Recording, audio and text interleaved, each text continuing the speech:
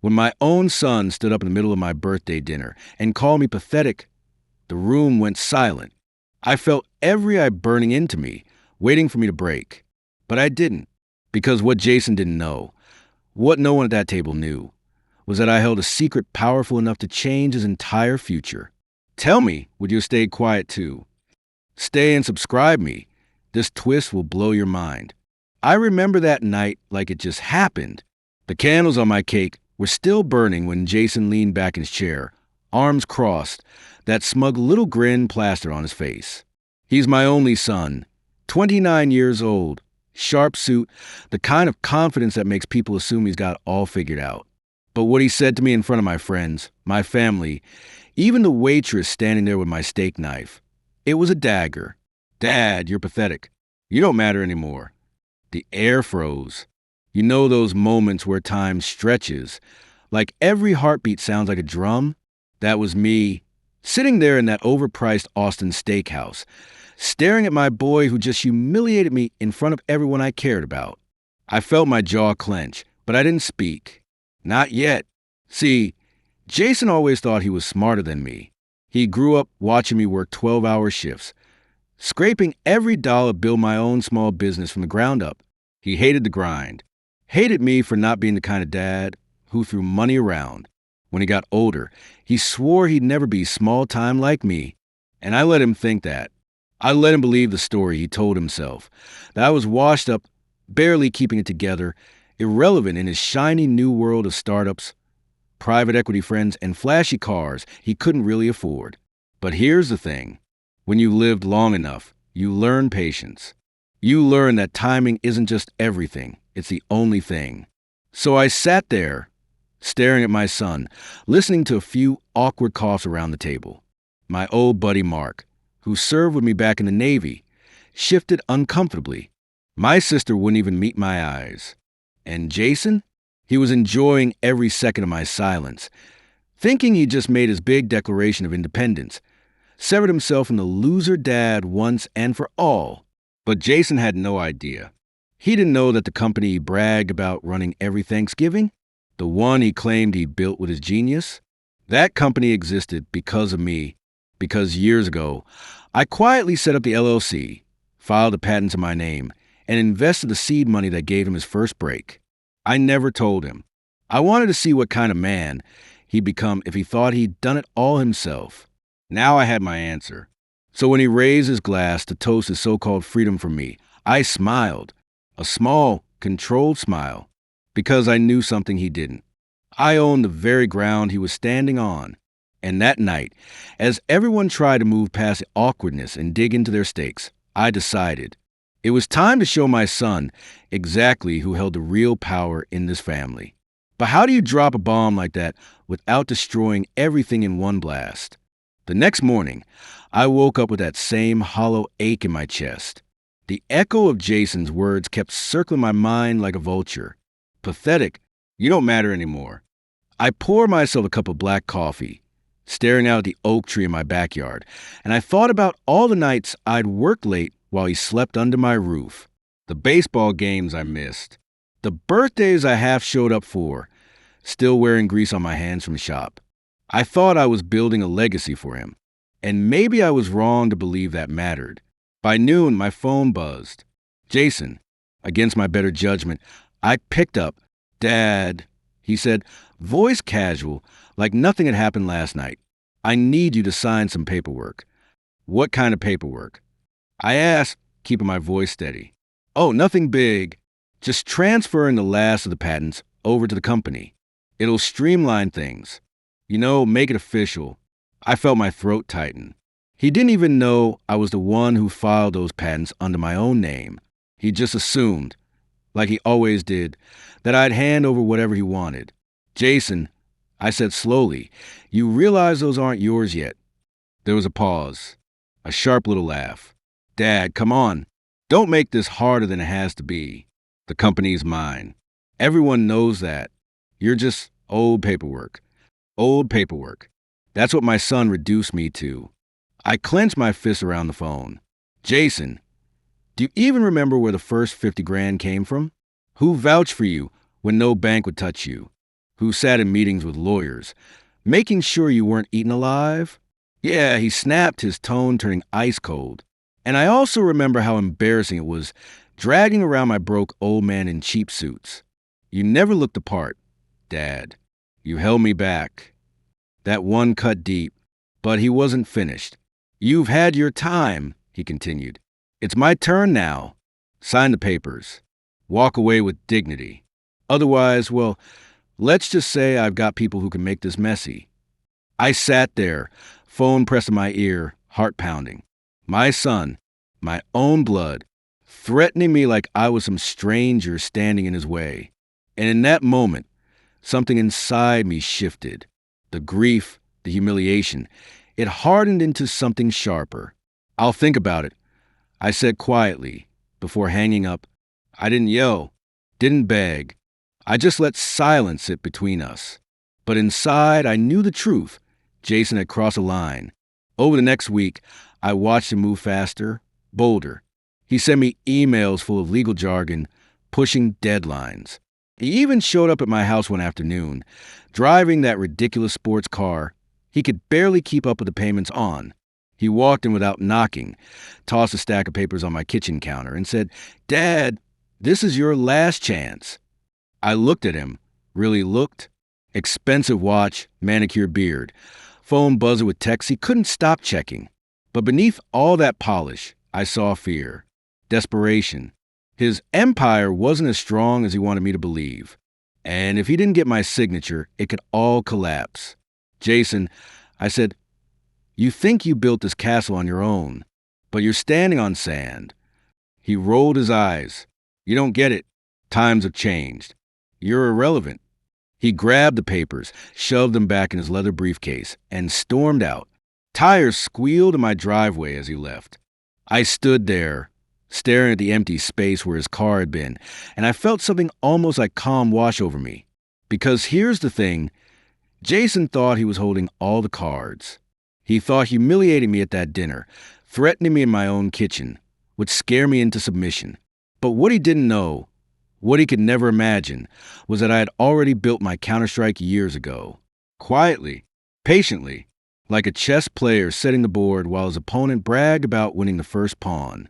And now, the game was about to begin. The only question was, how much would it hurt when he finally realized the truth? The night after Jason stormed out my kitchen, I sat alone with a glass of bourbon, the amber liquid catching the light of the old lamp beside me. The house was quiet, too quiet, except for the sound of the ice clinking in my glass. That silence used to eat at me. Now it felt like armor. Jason thought he had me cornered. What he didn't know was that every insult he threw, every paper he slammed onto my counter, was pushing me closer to pulling the trigger on a plan I'd been nursing for years. I opened the bottom drawer of my desk, pulled out a leather folder I hadn't touched in a long time. Inside were documents, neatly organized. Stock agreements, patent certificates, and one deed of transfer that had my name typed clearly across the top. Jason had no idea I kept controlling interest, just enough shares to make him vulnerable. I traced my finger across the embossed seal, and I couldn't help but smile. Pathetic? If only he knew. 2 days later, he called again. But this time, his voice wasn't just arrogant. It was desperate. "Dad, listen," he said quickly. "The board wants reassurance. Investors are nervous. They're asking about your patents. They want everything under my name." There it was, the crack in his perfect facade. "Jason," I said slowly, "you sound worried." "I'm not worried," he snapped. "I'm being proactive. Look, just sign the damn papers. This isn't complicated." But it was complicated. For him.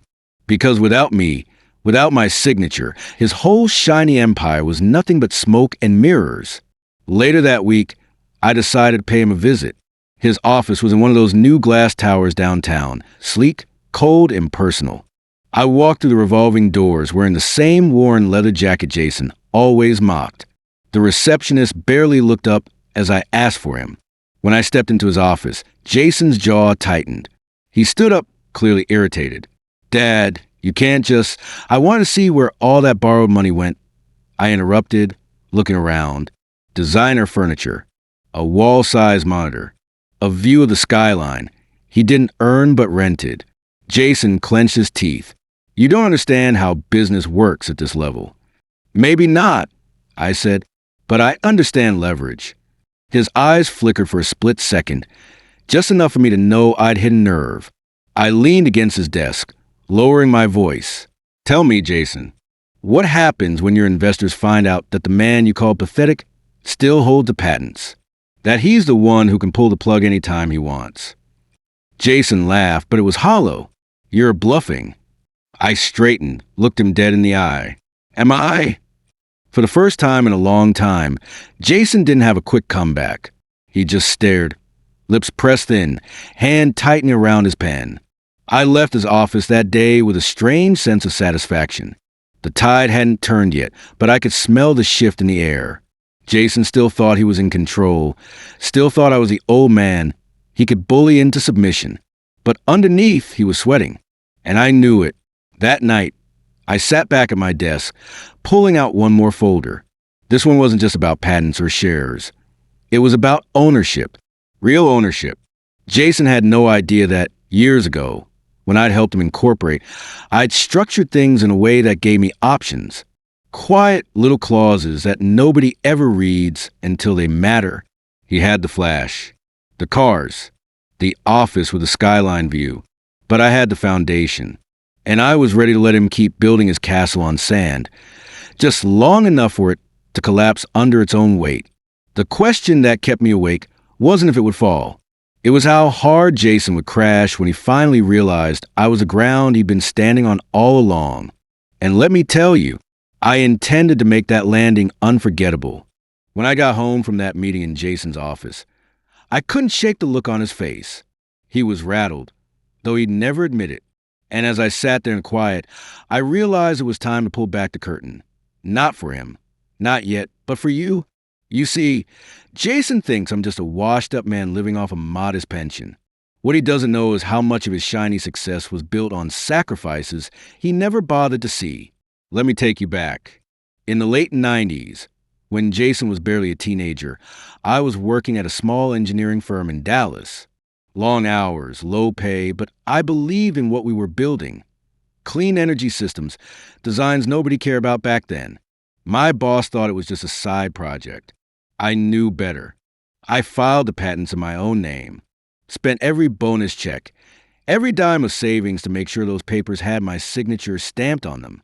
Meanwhile, Jason grew up watching me come home bone-tired, grease on my hands, eyes red from nights spent drafting blueprints on the kitchen table. To him, it probably just looked like failure. A dad too busy tinkering to be flashy. Fast forward a decade, Jason graduates with a shiny business degree. He's smooth, charismatic, knows how to sell a dream. And he comes to me with an idea. Dad, we can take your tech and make it big, but you can't be the face of it. You don't fit the image investors want. I remember those words like they were carved into my skin. You don't fit the image. Still, I said yes, because he was my son. I gave him the keys to my patents. I sat across from lawyers, crafting corporation papers. And here's the part he never paid attention to. Those clauses, those tiny legal threads woven into the documents, they gave me controlling interest. Not enough for him to notice. Just enough for me to keep the foundation under my feet. At first, I thought it was just smart business. A backup plan in case things went south. But over time, it became something else. Insurance against his arrogance. I didn't stop there. When Jason was chasing investors, I was quietly reinvesting dividends. While he was buying sports cars, I was buying land in my own name. While he laughed at my boring 401k, I was building a nest egg big enough to survive 3 lifetimes. He saw an old man with no ambition. What he missed was the fortress I was building, brick by brick, while he played king with rented money. And the irony? Jason's empire, the one he parades around as his own, wouldn't exist without the patents I bled for. Without the nights I sat in a freezing garage, soldering wires, running tests, praying I wouldn't blow a fuse. But he never asked about those nights. Never wondered why the lights in the garage stayed on past midnight. Instead, he called me pathetic. I'll admit that word cut deep, because once upon a time, I believed it. There were nights I stared at unpaid bills, wondering if I'd wasted my life. Nights I felt like a failure not just to him, but to myself. But sitting here now, I see the truth. Those nights weren't wasted. They were seeds. Seeds Jason mistook for weeds because he was too busy chasing sunlight. And now, those seeds had grown roots so deep he couldn't pull them out, no matter how hard he tried. I poured another drink and laughed to myself. Jason thought I was bluffing in that office, waving around words like leverage.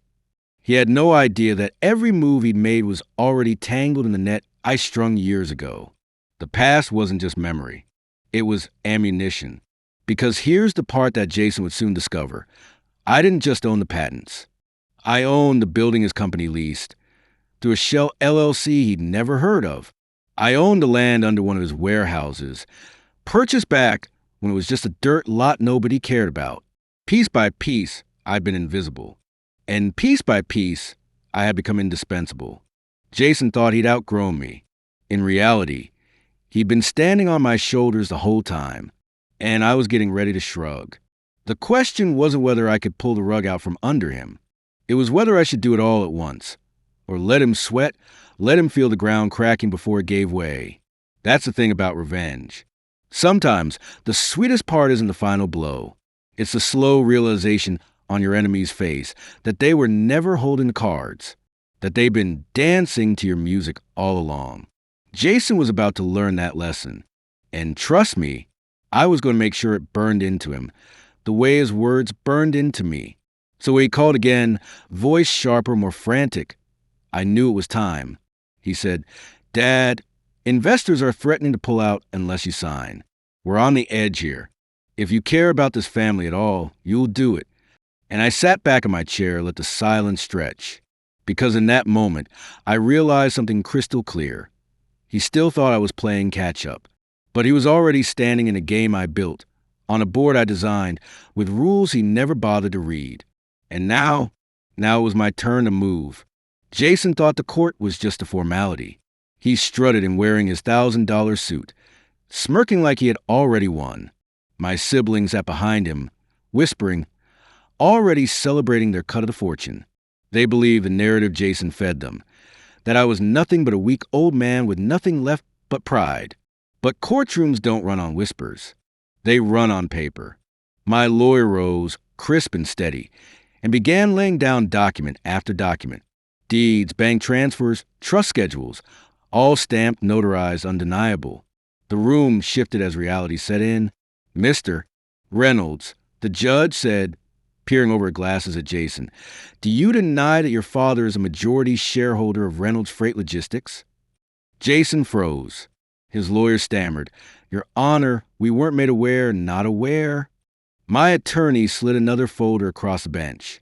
"He's been majority since 1997. Every truck, every warehouse, every contract, his." The color drained from Jason's face. And then came the part no one saw coming. The clause. I had placed in the bylaws 25 years ago, back when Jason was still dreaming about high school football. It stated that any executive found guilty of gross misconduct toward family would be stripped of position and barred from company profit sharing. My lawyer read it aloud. The courtroom gasped. Jason leapt to his feet, shouting, "This is ridiculous." "He can't." But the judge slammed her gavel. "Sit down, Mr. Reynolds. You should have done your homework." In that moment, the tide shifted. The man who had called me pathetic was stripped, publicly, of every ounce of power he thought he held. I didn't smile. Not yet. Because revenge isn't about smiling. It's about standing tall while the one who tried to bury you realizes he just dug his own grave. The order was final. Jason was out. I was reinstated as sole authority. And the look in his eyes, rage, humiliation, disbelief, was worth every second of the silence I had held at that birthday table.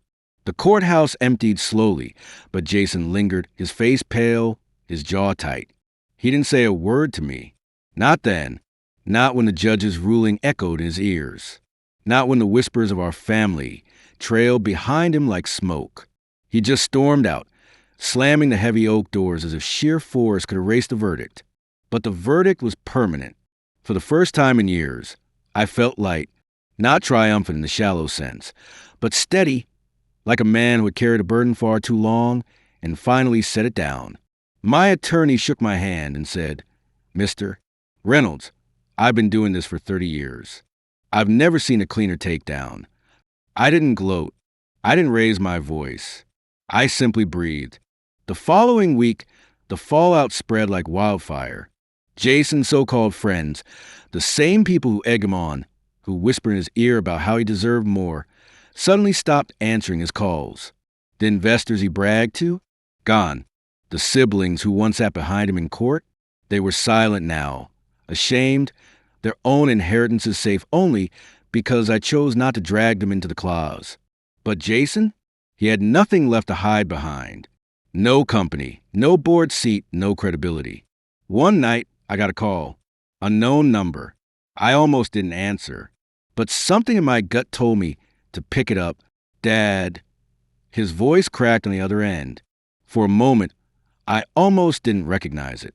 Gone was the bravado, the venom, the arrogance. What was left was just my son. He tried to stammer out an apology. Something about being under pressure, about listening to the wrong people, about not realizing how far he'd gone. I listened. That's all I did. When he finally went silent, I said quietly, "Jason, do you remember my birthday? When you called me pathetic in front of everyone?" He swallowed hard. "Yes." "I stayed quiet that night," I said. "Not because I was weak, but because silence is the loudest weapon a man can wield when he knows the truth is on his side." He didn't answer. Maybe he couldn't. And then I said the words he never expected. "You'll always be my son, but respect isn't inherited. It's earned. And until you learn that, you'll never hold power again. Not in this family. Not in this life." I hung up. It wasn't revenge anymore. It was clarity. Jason had tried to cut me down, to humiliate me, to paint me as useless. But the truth stood taller than his lies. I hadn't just protected my legacy. I had protected my dignity. Weeks later, I stood at the head of the same dining room table where he once tried to shame me. My siblings gathered, quieter now, respectful. The air was different, lighter. They looked at me not with pity, but with recognition. Recognition that the man they had underestimated still carried the strength to outlast betrayal. I raised my glass. "To family," I said. "The ones who know what that word truly means." Glasses clinked. Eyes softened. For once, the silence in the room wasn't heavy. It was full. Jason's chair at the table was empty, and maybe it would be for a long time, maybe forever. But I no longer carried the ache of his betrayal. That belonged to him now, because in the end, justice wasn't about stripping Jason of power. It was about proving to him, to them, and to myself that no one could define your worth but you. And that's the lesson I want you to hear. When the people closest to you turn their backs, when they mock you, when they call you pathetic, don't break. Don't lash out. Hold your silence. Gather your truth. And when the time comes, let that truth speak louder than their cruelty ever could. Because dignity, once reclaimed, is the sweetest revenge of all. Looking back, I realized this story was never just about inheritance or money. It was about dignity. About refusing to let someone else, family or not, decide your worth. In America, we grow up being told to work hard, stand tall, and make something of ourselves. But what they don't always warn you about is the sting when it's your own blood who tries to cut you down. Jason thought power came from entitlement, from a last name, from assets he hadn't earned. But real power comes from self-respect and independence. That's the kind of power no courtroom, no bank account, no greedy hand can ever take away. It hurt watching my own son throw away the values I spent a lifetime teaching. But the truth is, family doesn't give you respect automatically. Respect is earned every day through choices, through integrity, through humility. If your family undermines that, you don't have to tolerate it. You can set boundaries. You can protect your peace. I came out of this battle not just with my estate intact, but with something more important: clarity. Clarity that I am not defined by betrayal, and that silence, patience, and truth can cut deeper than any insult ever could. So here's the lesson: don't measure yourself by how others treat you, even if those others share your DNA. Measure yourself by how you stand when they try to break you. And when the storm passes, you'll realize the only approval you ever truly needed was your own. And that's the mic drop. Dignity isn't inherited, it's earned. And once you own it, no one can steal it. If you believe in justice, respect, and self worth, hit that subscribe button, because more stories like this are coming.